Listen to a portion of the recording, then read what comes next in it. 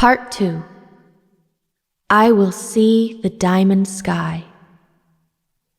Finally, at the end of all of this mayhem, there will be liberation. I am preparing for that most weighty of moments, the culminating moment of my earthly life, as if it were the journey, the most important one of all. A journey into uncharted territory. Remember how much you worried when you were preparing to leave the home where you were born for the last time and emigrate to America. So many tears were shed. So many fears were overcome. And remember how everything that was important turned into nothing so soon after the paths leading back home opened up again, and you returned to the Soviet Union, to a place people never used to go back to. You moved from one world to another, and everything that was important turned into nothing. My first traumatic journey across the ocean to America is nothing compared to that journey. My first journey back to Moscow when it was no longer locked behind the Iron Curtain was nothing compared to that journey. My first trip 30 years later to my unreachably distant hometown of Nalchik, which I love so much it hurts, was peanuts compared to that one. I have already been through this heart-pounding process more than once.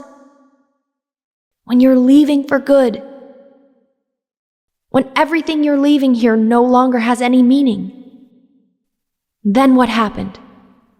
It always turned out I had no reason to worry so much. But that trip isn't a journey to another country that used to be closed, where everything is now uncharted. Not a trip to another continent with another culture, or even to another planet. It is a journey to another dimension. Can you really tell me that doesn't sound glorious? When you depart from this earth, you will not just be leaving behind your relatives, your home, and your treasured possessions, as you have already done more than once when you left countries where you lived. This time, it's a much more extreme adventure. You'll be leaving your body here too. You can't conceive of yourself without your body, but I know from experience that it only seems that way. I will step out of my body like it's a dress and fly away, like I'm on an airplane soaring into another world beyond material reality. An uncharted realm, full of new adventures and revelations. I will become lighter than a feather. I will become omnipresent. I will be able to move at the speed of light. Traveling through time will become a possibility for me. It will be the most important, most demanding, most serious, and significant journey of my life. But I'm still afraid.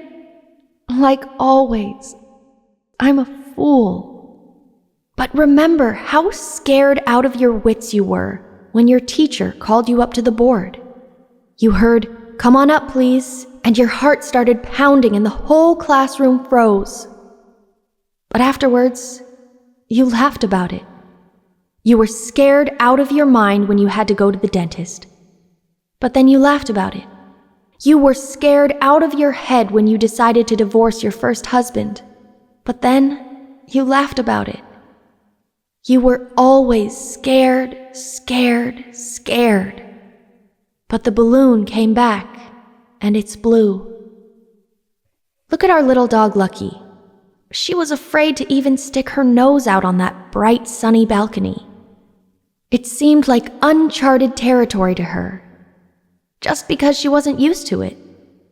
That's where the sunshine and fresh air were, but she was afraid to go.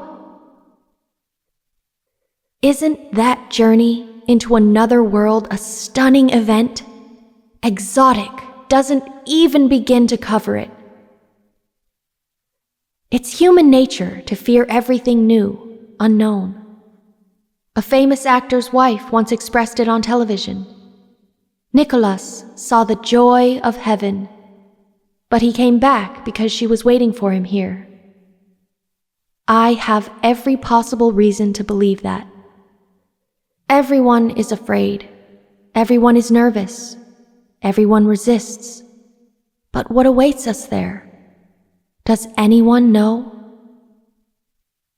We human beings, stupid and blind as we are, don't know, don't even suspect that what awaits us there might be and probably is better than what we have here. Just imagine it. Total liberation from everything. From the people that get on your nerves and the fears that make you tremble. From those bank accounts you always have to worry about. From disasters, from dumpsters, from dust, from getting dressed in the morning, from everything. I'm free. I can burn all my money and laugh about it. How foolish I was. I can walk barefoot in the snow. I don't need shoes to walk in the mud either. All the earthly laws no longer apply. What freedom! Just like in a dream. I don't need suitcases for this trip. When I get there, I won't need anything from here. What liberation! I'll never have to pack my suitcases again. No more baggage to weigh me down.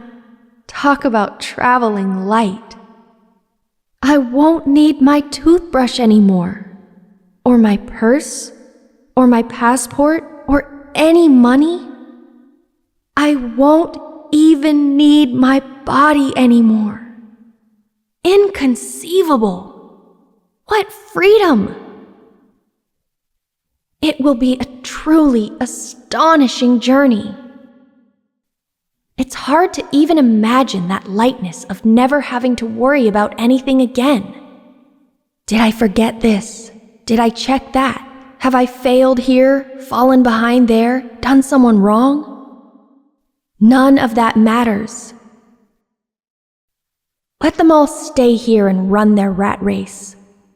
Let them fight, let them argue, let them aspire, let them rip each other's throats out. Let them screw things up to their heart's content.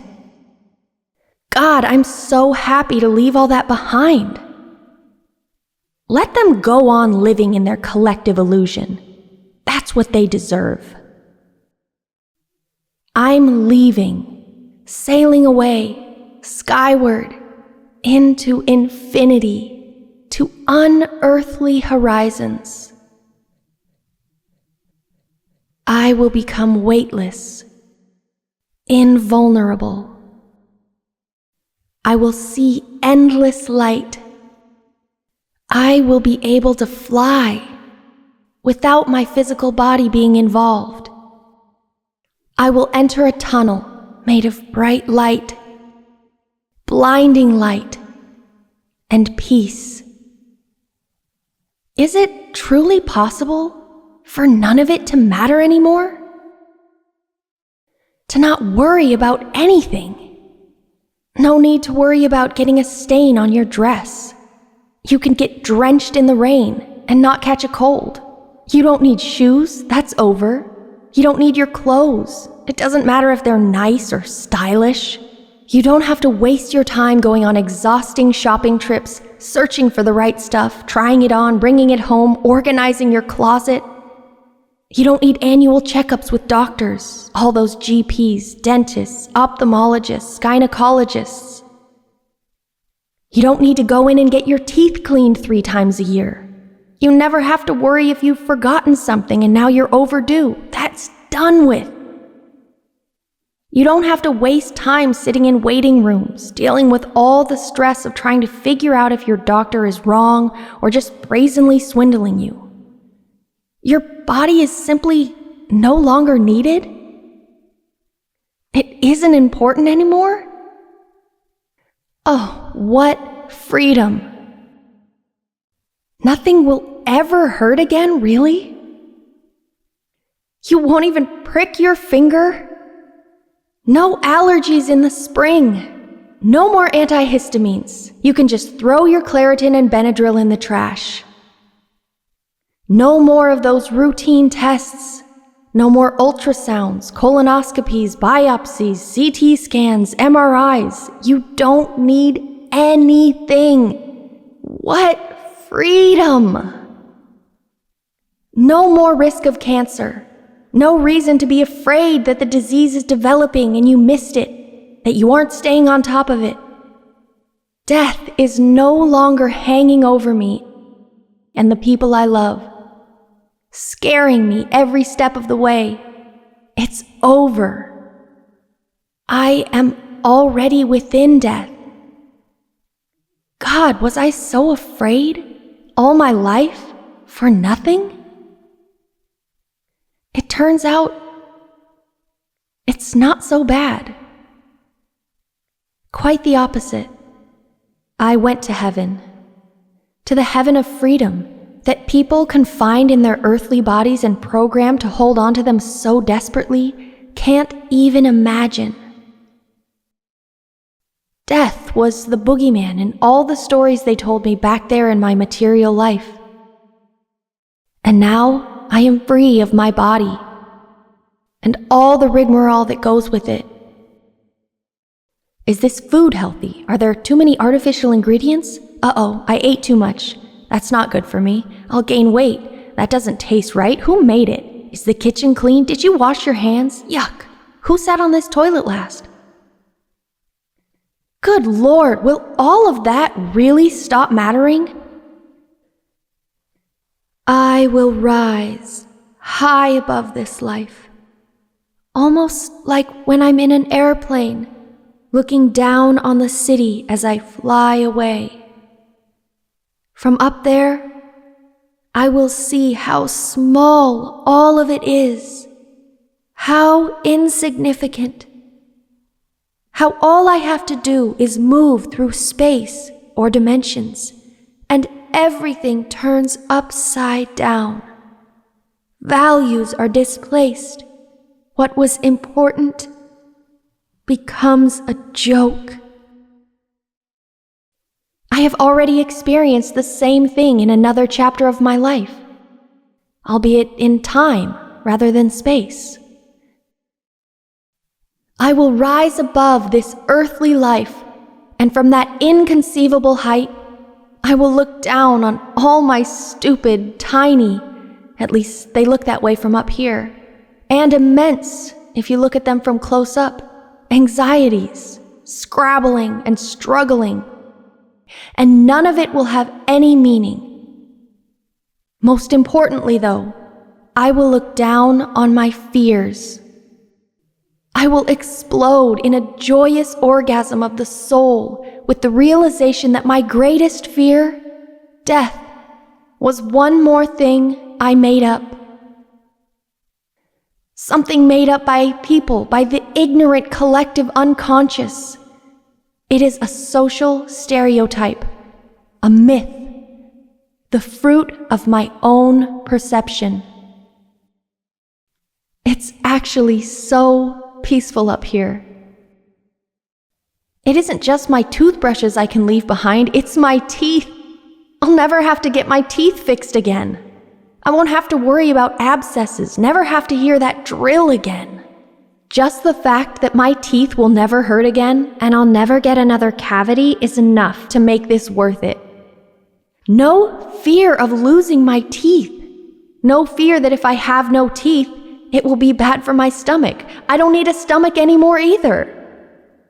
My stomach doesn't matter anymore.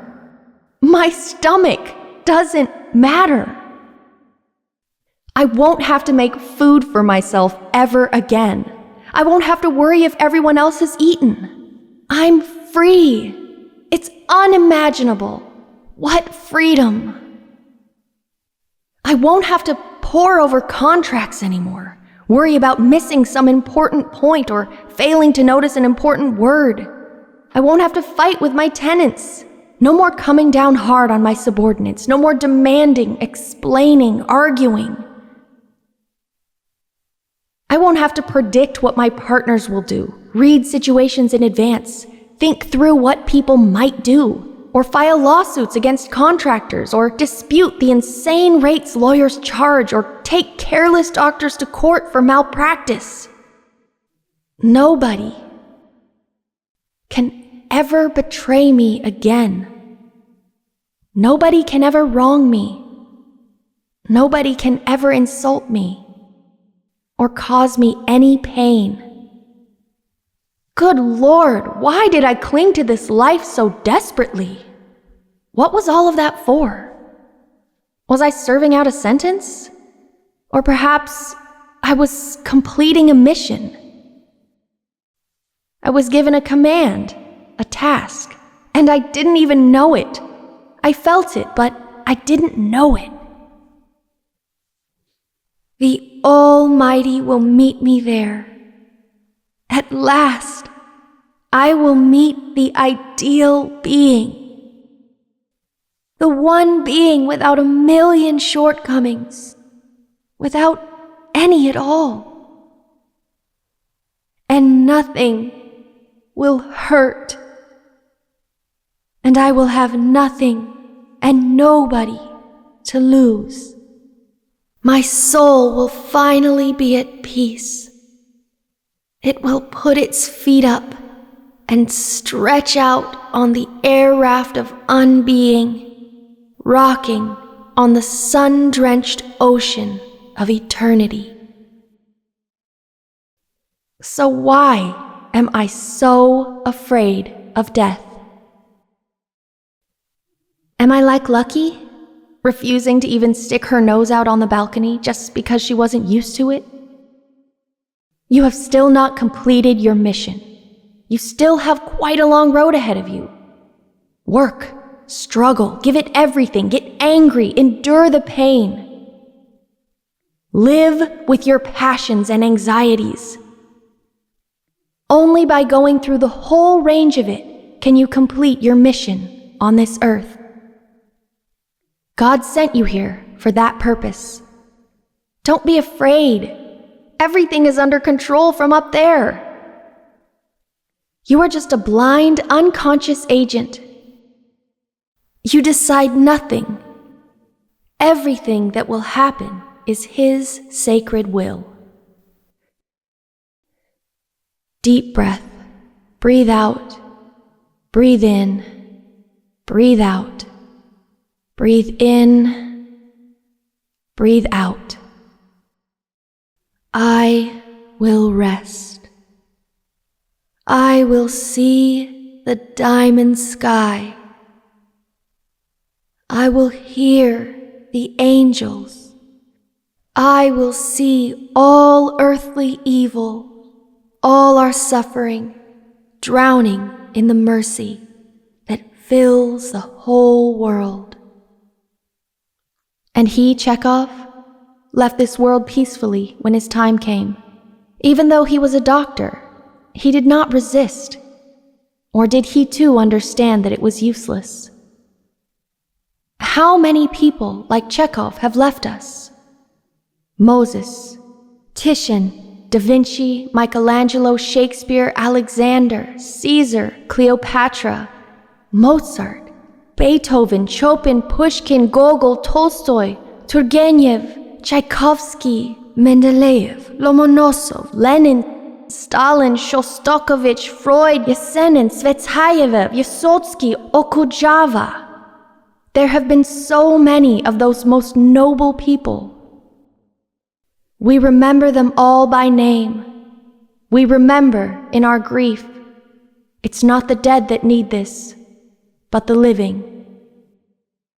He went too, Robert Rozhdestvenski, and Simonov, and Kobzon. They all departed meekly. They did not resist. Will you meet them all there? Will you meet those you loved? Dad, Grandpa, Grandma, and you will rest. You will see the diamond sky. But first, you must complete your mission. What did you come here for? You don't know, but someone up there does. I will live out a long, long stretch of days, long evenings. I will bear whatever trials fate may send me with patience. I will labor for people, both now and in old age, knowing no peace. And when my time comes, I will depart meekly.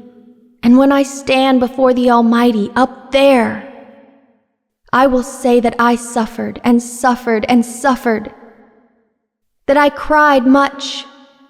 There, at last, the Almighty will give me a life that is bright, beautiful, graceful. I will look back at my present unhappiness with tenderness, with a smile. I will rest. Rest. Rest. I will rest. I will hear the angels. I will see the diamond sky. I will see all earthly evil, all our suffering, drowning in the mercy that fills the whole world. My life will become quiet, tender, sweet like a caress. I will rest. Deep breath. Breathe out.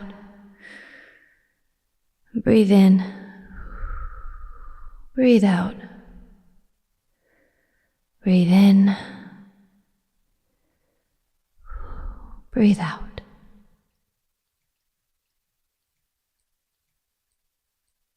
March 21st, 2020, New York. Author, Ilona Davydova. Read by Lana Walling. This book contains excerpts from Anton Chekhov's play Uncle Vanya, as well as fragments from texts by Sergei Yesenin, Robert Rozhdestvensky, Leo Tolstoy, and Bulat Okudjava. Post-scriptum. It feels like there are millions of sick people at the Memorial Sloan Kettering Cancer Center. All of them are between life and death. The better part of them will meet their deaths, some with horrors, others with mere exhaustion after their long struggles. Hospice care can do a lot of good. Morphine to help with the pain of metastatic disease is a great mercy. Having a priest or rabbi to visit a dying person and having a praying room at the hospital is very humane. And this is my contribution, my way of helping people who are looking death in the eye. The coronavirus will, I hope, pass. But this is for everyone who still has to be at the Memorial Sloan Kettering Cancer Center, like that sweet Filipina lady, Liza, and her selfless son.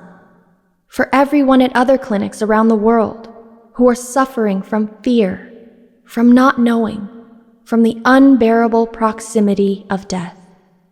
To everyone who will go there tomorrow and the day after, since it seems people will be going there for a long time, I dedicate this new and different level of treatment, the latest edition of this new medicine, chemotherapy of the soul, morphine for the brain.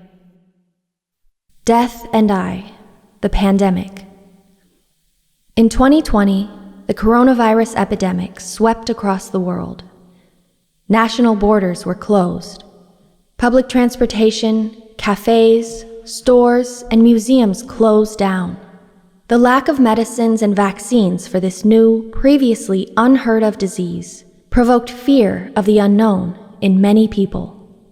In this book, the author, who experienced the lockdown in New York City, the epicenter of the disease in America, where the infection rate exceeded all the grim records set in the rest of the world, has shared her unique recipe for how to overcome your fears and survive this difficult period. This is an intimate conversation between a woman and herself. Exhausted from her constant struggle with the hardships of life, and taking all the slings and arrows of fate close to her heart, she feels that she is burning out. Already essentially lying on the shore between life and death, she is ready to accept and make peace with everything that is in store for her. How can someone stop being afraid? How can someone stop reacting so intensely? By looking at everything from an entirely different angle. This book is a journey into the inner world of a person engaged in a desperate, passionate search for peace, for invulnerability, for reliable protection against the endless slings and arrows of fate that attack her so aggressively, never giving her a chance to catch her breath. The protagonist is not the only one in that position. Everyone on Earth is right there with her. In the pages of this book, the reader will join the author in experiencing her piercing pain, desperate frustration, and perplexity, seething protest and unwillingness to give up. But also her exhaustion from the struggle, the fatigue that constantly tests her furious, relentless will to survive all of this. Sometimes she just goes numb, a defense mechanism for the pain, just feeling nothing at all. That's another method. Flying into another dimension, what an absolutely stunning journey. What shows through the cracks in this earthly realm life is not death, but a new reality, one that is inaccessible to those who are still trapped here.